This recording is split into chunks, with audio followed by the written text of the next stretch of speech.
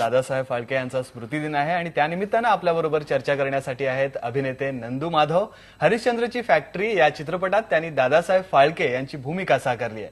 पुढच्या महिन्यात हा सिनेमा प्रदर्शित होणार आहे. यापूर्वी नंदू माधव यांनी वळू, सरकारनामा, बनगरवाडी या मराठी सिनेमांमध्ये काम केलंय, तर शूल आणि दर्पण के पीछे या हिंदी चित्रपटातही त्यांनी भूमिका साकारली आहे. बंबई के कव्वे, शोभा यात्रा या शफात खान यांच्या नाटकात त्यांनी काम केलंय. तसंच सतीश आळेकर यांच्या दुसरा सामना आणि श्याम मनोहर यांच्या सन्मान हाऊस या नाटकातही त्यांनी भूमिका केली आहे. एक ज्याला म्हणतात की चोखंदळ कलाकार, चोखंदळ नेमक्या निवडक भूमिका स्वीकारून त्यात काम करणारे कलाकार म्हणून ते ओळखले जातात. महत्वाचं म्हणजे त्यांनी आतापर्यंत कोणत्याही सिरियल्समध्ये काम केलेलं नाहीये. नक्कीच. आणि आज आपण दादासाहेब यांच्या फाळके यांच्या स्मृतिदिनानिमित्त त्यांच्याशी बोलणार आहोत. सर, तुमचं IBN लोकमतमध्ये अगदी मनापासून स्वागत. धन्यवाद. तुमच्या भूमिकेबद्दल, तुम्ही जी साकारली आणि पुढच्या महिन्यात तो सिनेमा प्रदर्शित होतो त्याच्याबद्दल आपण बोलूच, पण एका सगळ्या रसिकांच्या मनामध्ये एक प्रश्न आहे आणि त्यांच्या वतीनं तो प्रश्न विचारावासा वाटतो की एक थोडंसं दादासाहेब फाळके यांना मराठी भारतीय चित्रपट सृष्टीचे पितामह म्हटलं जातं, पण जनक म्हटलं जातं. पण त्यांच्या आधी एक वर्ष 1912ला दादासाहेब तोरणे यांनी पुंडलिक हा सिनेमा प्रदर्शित केला होता. तर या वादाबद्दल थोडंसं सांगा. आधी एक थोडीशी मी झालेली चूक थोडीशी दुरुस्त करतो. मी कधीच काम केलेलं नाही असं नाही. सिरियलला लाईफलाईन नावाची एक सिरियल होती, तिथपर्यंत मी काही 2-4 सिरियल्समध्ये सुरुवातीच्या काळामध्ये काम केलं होतं. त्यानंतर मी काम करणं बंद केलं. ही एक छोटीशी दुरुस्ती. आणि खरं तर या वादात मी पडण्यापेक्षा इतिहासकारांनी, तज्ज्ञांनी, त्याच्यातल्या अभ्यासकांनी खरं तर बोललं पाहिजे आणि त्यांनी बोललेलं आहे.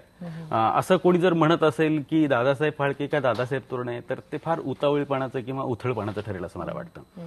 कारण की तो इतिहासकारांचा, तज्ज्ञांचा भाग आहे की ते मोजपट्टी, त्याचे मोजमाप कशावर ठरवतात. म्हणजे अगदीच आता मी जेवढं वाचन केलं किंवा मला याच्याबद्दलची जेवढी माहिती आहे तेवढा जर आपण अभ्यास जर बघितला तर अगदी आपल्याला 1640 मध्ये चित्रपटाची निर्मिती करण्याचा प्रयोग करण्यात आला होता. तो अगदी झ्यूस किरखर नावाचा एक रोम मधला मुलगा होता आणि त्यावेळेस त्यांनी तो करण्याचा प्रयत्न केला. त्याच्यानंतर 250 वर्षानंतर आपल्याला विल्यम ग्रीन यांच्याकडे ते क्रेडिट जाते की त्यांना चित्रपट सृष्टीचे जनक म्हटलं गेलं. त्यांनी कॅमेरा तयार केला, त्यांनी चलचित्र शूट केलं आणि दाखवलं गेलं त्यांच्याकडनं. परंतु जरी एकीकडे फ्रान्समध्ये मला वाटतं 1895ला पहिला चित्रपट ल्युमियर बंधूंनी lunch hour at the Lumiere factory या नावाची पहिली 30 सेकंदाची फिल्म त्यांनी तयार केली होती आणि ती दाखवण्यात आली होती. पण तरीही ल्युमियर बंधूंना त्याचं क्रेडिट न जाता एडविन पोर्टर, अमेरिकन जे डिरेक्टर होते, त्यांची ग्रेट ट्रेन रॉबरी याला 1905 मध्ये हा चित्रपट असं तज्ज्ञांनी ठरवलं. म्हणजे नुसतं शूटिंग करणं याच्यावर चित्रपट ठरला नाही, तर मग ल्युमियर बंधूंची पहिली म्हटली गेली. पण त्यात इतिहासकारांचा, तज्ज्ञांचा त्यातला अभ्यास आहे की चित्रपट म्हणजे काय, त्याचं शॉर्ट डिव्हिजन काय. तर तसंच मला वाटतं की तोरण्यांच्या आणि फाळक्यांच्या बाबतीमध्ये इतिहासकारांचं मत झालेलं असावं. कारण की इव्हन तोरण्यांचं सोडून द्या, तोरण्यांनी 1912ला पुंडलिक नावाचा पहिला तो चित्रपट नाही, ते त्यांनी नाटक शूट केलं. म्हणजे कॅमेरासमोर एक व्यक्ती यायची, डायलॉग बोलायचं, निघून जायची. म्हणजे एक्झिट आणि एंट्री नाटकामध्ये जसं होतं त्या पद्धतीने त्यांनी ते शूटिंग केलं होतं असं माझ्या वाचनात आलं.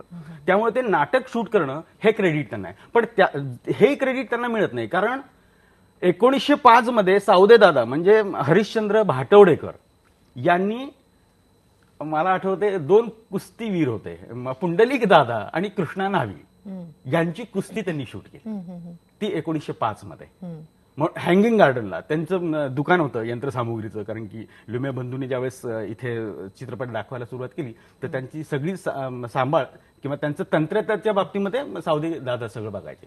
म्हणून सावदे दादांना आपल्या चित्रपट सृष्टीचं प्रवर्तक म्हटलेलं आहे.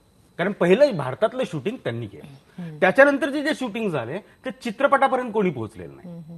दादासाहेब फाळकेंनी कला दिग्दर्शन, नेपथ्य ज्याला आपण म्हणतो, रंगभूषा, वेशभूषा, शॉर्ट डिव्हिजन, त्याच्यासाठीची स्क्रिप्ट, चित्रपटाची जी शॉर्ट डिव्हिजन असतात, आणि कॅमेरा एके ठिकाणी नव्हता, तर कॅमेरा सतत बाहेर जात होता, डोंगरात जात होता, नदीच्या किनारी जात होता, घरामध्ये येत होता, राजवाड्यात जात होता.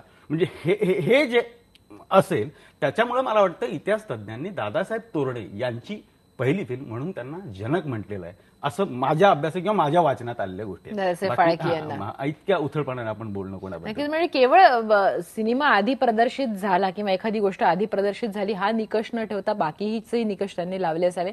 सर, आपल्याला दादासाहेब फाळकेंच्या व्यक्तिमत्वाबद्दल बोलायचं आहे आणि तुम्ही जी भूमिका साकारली आहे तो अनुभव कसा होता ते पण जाणून घ्यायचं आहे. पण इथे सलाम महाराष्ट्रामध्ये एक ब्रेक घेऊया. पहा फक्त IBN लोक.